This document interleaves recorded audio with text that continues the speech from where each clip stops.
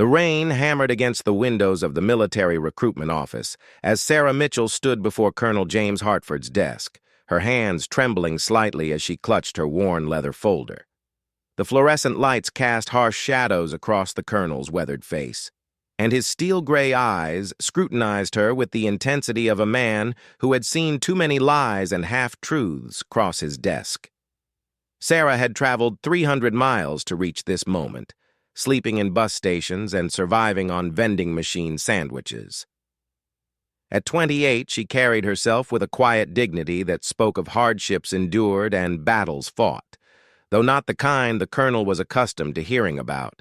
Her dark hair was pulled back in a simple ponytail, and she wore a heavy winter coat despite the mild autumn weather. "Ms. Mitchell," Colonel Hartford began, his voice carrying the authority of 3 decades in the military, "you claim you served in Operation Desert Storm, yet there's no record of your deployment in our database." He tapped his pen against the manila folder that contained her application for veterans' benefits. "Furthermore, women weren't assigned to combat roles during that conflict." Sarah's jaw tightened, but she maintained eye contact. "Sir, with respect, I was there. I served with the 24th Infantry Division as a medic attached to forward combat units. I treated wounded soldiers under enemy fire, and I earned my right to the benefits I'm requesting." The colonel leaned back in his chair, the leather creaking under his weight. He had heard countless stories from people trying to claim benefits they hadn't earned. And something about Sarah's account didn't sit right with him. Her military knowledge seemed genuine enough, and she spoke with the crisp precision of someone who had lived under military discipline. But the records told a different story. "The 24th Infantry Division did serve in the Gulf War," he acknowledged, "but according to our files, you were stationed at a supply depot 50 miles behind the front lines. That's hardly the same as being under enemy fire." His tone grew stern. "Exaggerating your service record is a serious matter, Ms. Mitchell. It's not just fraudulent, it's disrespectful to the men and women who actually did serve in combat." Sarah felt her cheeks burn with a mixture of anger and frustration. She had anticipated this moment, knowing that her official records had been altered or lost in the chaos that followed her service. The military bureaucracy had a way of making inconvenient truths disappear, especially when those truths involved women who had served in roles they technically weren't supposed to fill. "Colonel, I understand your skepticism," she said, her voice steady despite the storm of emotions brewing inside her. "But I'm telling you the truth. I was pulled from my supply unit when casualties mounted and medics were desperately needed on the front lines. My commanding officer, Captain Rodriguez, made the decision to deploy me with the infantry units." Colonel Hartford consulted his computer screen, fingers clicking across the keyboard. "Captain Maria Rodriguez died in a helicopter crash in 1992, 6 months after returning from the Gulf. Even if your story were true, she can't corroborate it." He closed the folder with a decisive snap. "I'm afraid I'll have to deny your application. If you have additional documentation to support your claims, you're welcome to resubmit." The dismissal in his voice was clear, but Sarah remained standing. She had come too far to give up now. The nightmares that still haunted her sleep, the phantom pain that shot through her body during thunderstorms, the memories of holding dying soldiers in her arms, all of it was real, and she deserved recognition for her service. "There is someone who can verify my story," she said quietly. "Sergeant Marcus Thompson. He was wounded during the Battle of Khafji, and I treated his injuries in the field." "He's probably in your database." The colonel's expression softened slightly as he turned back to his computer. Marcus Thompson was indeed a decorated veteran whose service record was impeccable. If he could corroborate Sarah's story, it would change everything. But after several minutes of searching, Hartford shook his head. "Sergeant Thompson is listed as having received medical treatment at a field hospital, but there's no mention of the medic who treated him. These records aren't always complete when it comes to support personnel." He studied Sarah's face, noting the way her eyes held a distant look that he recognized in many combat veterans. "Look, Ms. Mitchell, I want to help you, but I need more than just stories. Do you have any physical evidence of your deployment? Dog tags, photographs, anything?" Sarah's hand instinctively moved toward her coat, then stopped. The evidence Colonel Hartford sought was there, hidden beneath the heavy fabric, but revealing it would require her to expose something she had kept secret for nearly 15 years. The war wound that had changed the course of her life wasn't just a battle scar. It was a reminder of the day she had chosen to save others at the cost of her own future. The silence stretched between them, broken only by the rhythmic drumming of rain against the windows. Colonel Hartford waited, his military training telling him to maintain pressure when an adversary showed signs of weakness. But something in Sarah's demeanor suggested that weakness wasn't the right word for what he was witnessing. "I need to think about this," Sarah finally said, her voice barely above a whisper. "Can I have some time?" The colonel glanced at his watch. It was nearly 5 o'clock, and his next appointment had been canceled due to the weather. Despite his initial skepticism, something about Sarah Mitchell intrigued him. Her knowledge of military procedures was too detailed to be fabricated, and her emotional responses seemed genuine. "The office closes at 6, he said, his tone slightly less formal than before. "You can wait in the lobby if you need a few minutes to collect yourself.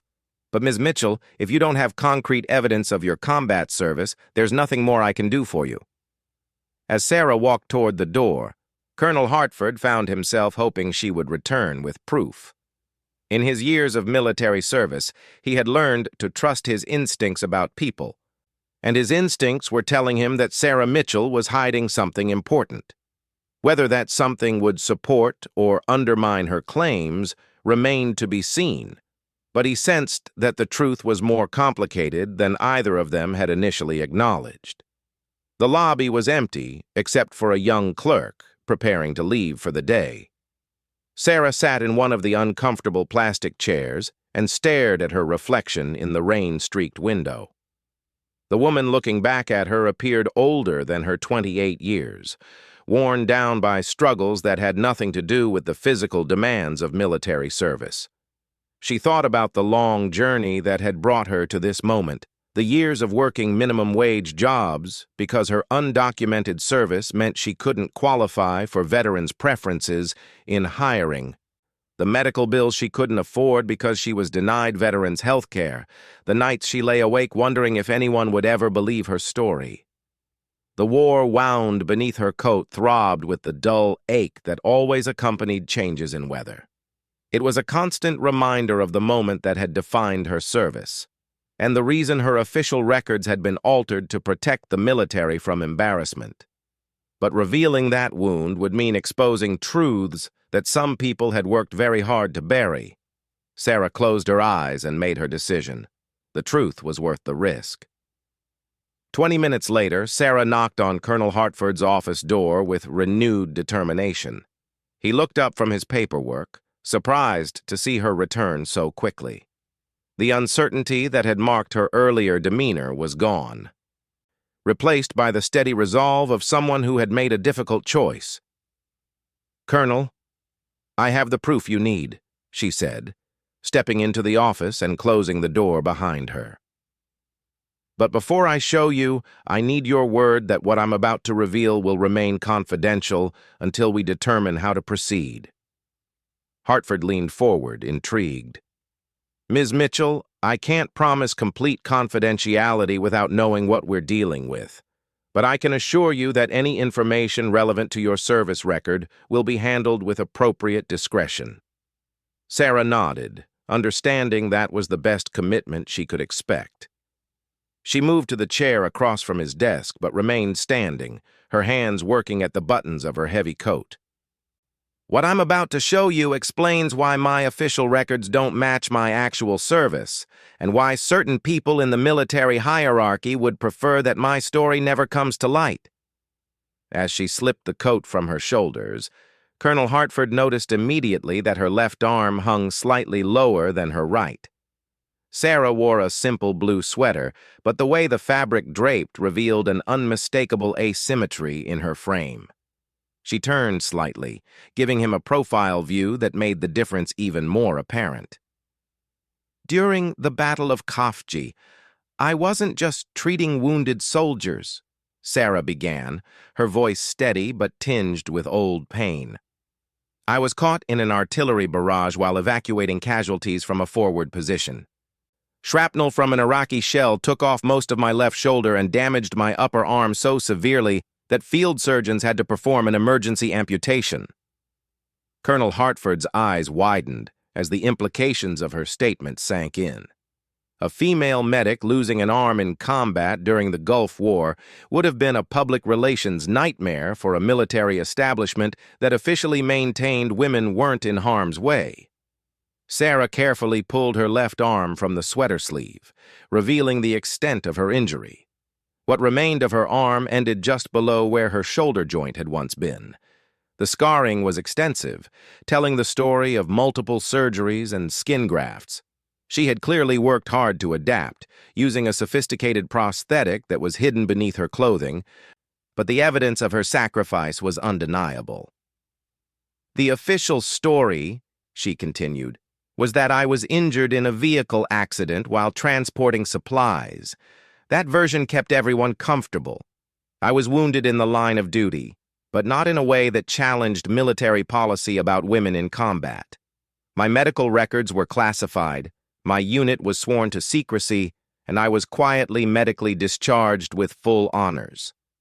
The colonel stood up and walked around his desk, studying the scarring with the clinical eye of someone who had seen his share of combat injuries.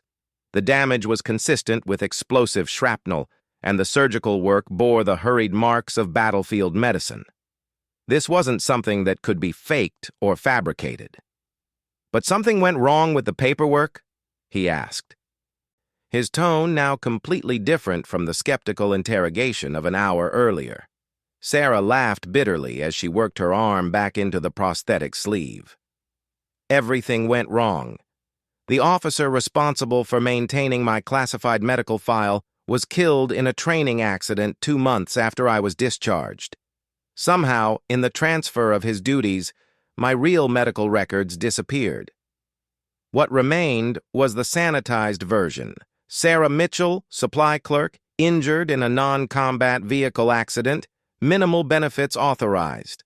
Colonel Hartford returned to his chair, his mind racing through the implications. If Sarah's story was true, she had been betrayed not just by bureaucratic incompetence, but by a systematic effort to hide an inconvenient truth. She had sacrificed her arm and nearly her life saving others, only to have that sacrifice denied and minimized. "Why didn't you fight this earlier?" he asked. "Surely there were other people who could have testified on your behalf." "I tried," Sarah replied, settling back into her chair and adjusting her coat over her prosthetic. "But you have to understand the climate back then. The military was already under intense scrutiny for its treatment of women. Gulf War syndrome was becoming a major controversy. The last thing the brass wanted was headlines about a female medic losing an arm in combat while officially being kept away from the front lines." She pulled out a small, worn address book from her purse and placed it on the colonel's desk. "The men in my unit were quietly transferred to different bases and told that discussing my case could jeopardize national security. When I reached out to them years later, most were too afraid to speak on the record. Military careers can be very fragile when you start contradicting official narratives." Colonel Hartford picked up the address book and flipped through pages filled with names, phone numbers, and notes written in Sarah's careful handwriting. It represented years of effort to track down witnesses and gather evidence that might support her case. "Sergeant Thompson is in there," she said, pointing to a page near the middle. "He's retired now, living in Montana.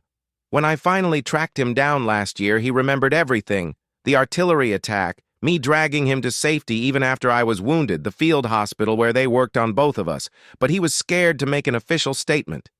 Scared of what? Sarah's expression grew grim.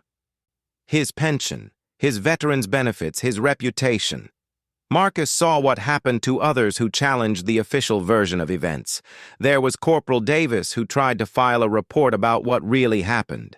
He found himself under investigation for unrelated misconduct charges that mysteriously appeared in his file. Captain Wilson, who wanted to recommend me for a Purple Heart, was suddenly transferred to Alaska and told his promotion prospects depended on his discretion. The colonel was beginning to understand the scope of what Sarah had been up against. Military bureaucracy could be ruthless when protecting itself, and individual soldiers rarely had the resources to challenge the system effectively. "But you kept fighting," he observed. "I had to," Sarah replied simply. "Not just for the benefits, though those would have made my life much easier, but for the principle of it. I served my country with honor, I saved lives, and I paid a price that will affect me for the rest of my days. That service deserves to be acknowledged, not hidden away like some embarrassing secret." Colonel Hartford opened his desk drawer and pulled out a digital recorder. "Ms. Mitchell, I'm going to ask you to tell me everything you remember about your deployment, your injury, and the subsequent cover-up. I want dates, names, specific incidents, anything that might help us build a case for reviewing your service record." For the next hour, Sarah recounted her story in meticulous detail.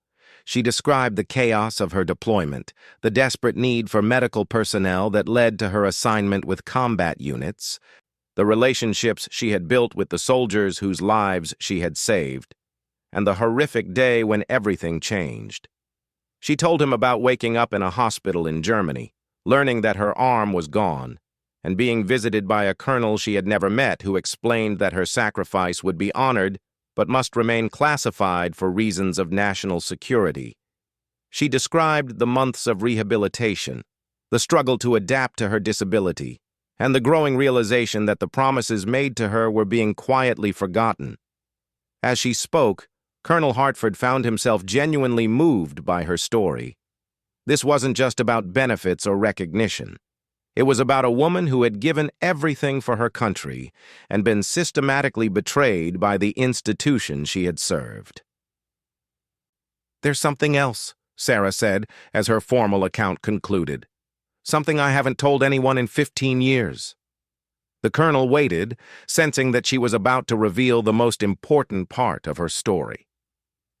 Sarah reached into her purse and pulled out a small metal object, placing it carefully on the desk between them. It was a piece of shrapnel, roughly the size of a quarter, with jagged edges that spoke of violent impact. "The surgeons missed this piece," she said quietly. "It's lodged against my spine, too close to major nerves to remove safely. Every day I live with this reminder of what happened in the desert. And every day I'm reminded that my country chose to pretend it never occurred." Colonel Hartford picked up the shrapnel, feeling its weight and examining its surface. It was undeniably a fragment from an explosive device, and medical imaging would easily confirm its location in Sarah's body. "This changes everything," he said finally. "Physical evidence like this, combined with your testimony, gives us grounds to reopen your case and demand a full review of your service record." For the first time since entering his office, Sarah allowed herself to hope.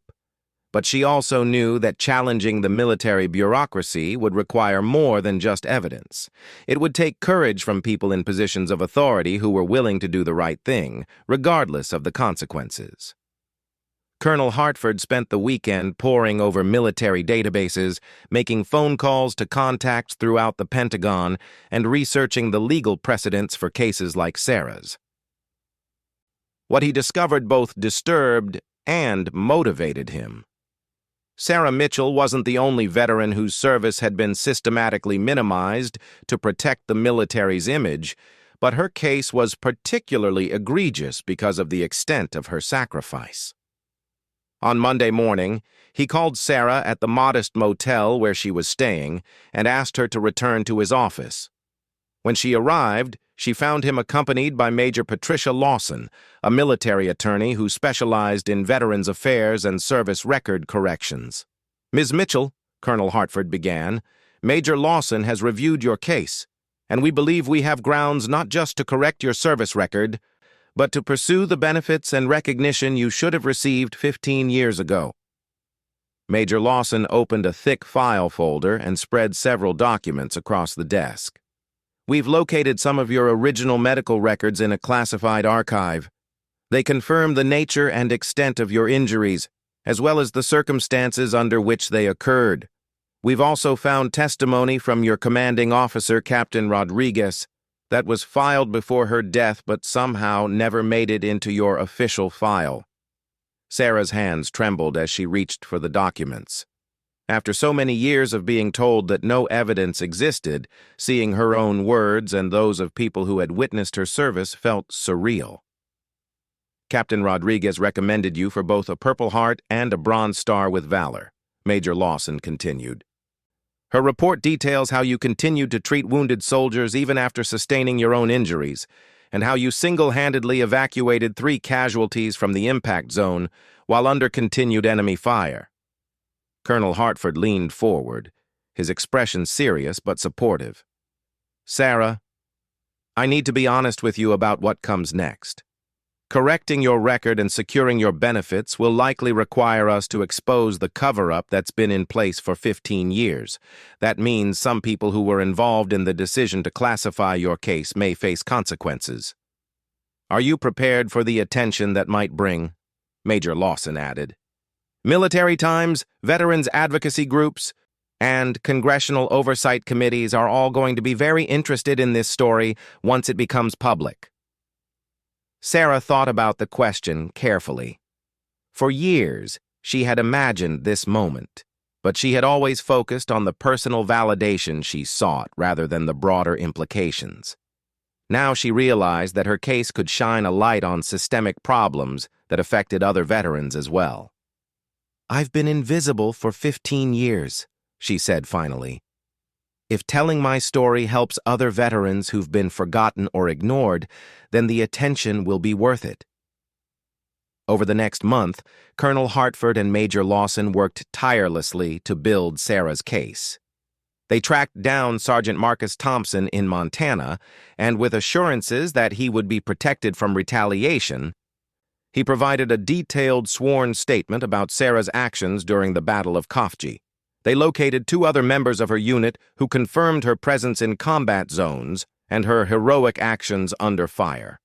The breakthrough came when they discovered that the officer responsible for the original cover-up had kept detailed notes about the decision-making process. The documents, found in his personal effects after his death the previous year, revealed explicit instructions from Pentagon officials to minimize female combat casualties by reclassifying them as non-combat injuries. Major Lawson submitted Sarah's case directly to the Army Board for correction of military records, bypassing the usual bureaucratic channels that had failed her for so long. She also filed a formal complaint with the Department of Defense Inspector General's office, alleging systematic fraud in the handling of female veterans' service records. The response was swift and decisive. Within 6 weeks, Sarah received official notification that her service record had been corrected to reflect her true combat role and injuries. Her discharge was upgraded. Her disability rating was increased to reflect the full extent of her impairment, and she was authorized for the full range of veterans' benefits she had been denied. But the most meaningful moment came during a small ceremony at the same military office where her journey had begun. Colonel Hartford, now joined by several senior officers, presented Sarah with the medals that Captain Rodriguez had recommended 15 years earlier. "Sergeant Sarah Mitchell," he announced, reading from the official citation, "for conspicuous gallantry and intrepidity in action against an armed enemy. While serving as a combat medic with the 24th Infantry Division during Operation Desert Storm, Sergeant Mitchell displayed extraordinary heroism when her unit came under intense artillery fire. Despite sustaining severe wounds that resulted in the loss of her left arm, she continued to provide life-saving medical treatment to wounded soldiers and personally evacuated 3 casualties from the impact zone. Her selfless actions and dedication to duty exemplify the finest traditions of military service. As the Purple Heart and Bronze Star were pinned to her jacket, Sarah thought about the long journey that had brought her to this moment. The recognition felt good, but it was the acknowledgement of her service that meant the most. She was no longer invisible, no longer a footnote in someone else's sanitized version of history. The media attention that followed was intense, but largely positive. Sarah's story became a rallying point for veterans advocacy groups and led to congressional hearings about the systematic mishandling of female veterans' service records. Several other women came forward with similar stories, and the Department of Defense was forced to establish a special review board to examine cases of potentially misclassified service records. 6 months later, Sarah stood before a congressional subcommittee, testifying about her experience and advocating for reforms to prevent other veterans from facing similar injustices. She had traded her heavy winter coat for a professional suit, and while she still used a prosthetic arm, she no longer tried to hide her disability. "My story isn't unique," she told the assembled representatives. "There are thousands of veterans whose service has been minimized, forgotten, or deliberately obscured because their experiences didn't fit convenient narratives. We owe it to every person who has worn our nation's uniform to ensure that their sacrifice is accurately recorded and properly honored." Colonel Hartford, who had been promoted and assigned to lead the new Service Record Review Board, watched from the gallery with satisfaction. Taking on Sarah's case had been a risk to his own career, but it had also been the right thing to do. Her courage in revealing the truth had ultimately made the military a more honest and accountable institution. As Sarah concluded her testimony, she touched the spot where the piece of shrapnel remained embedded near her spine. It would always be there, a permanent reminder of the day her life changed forever.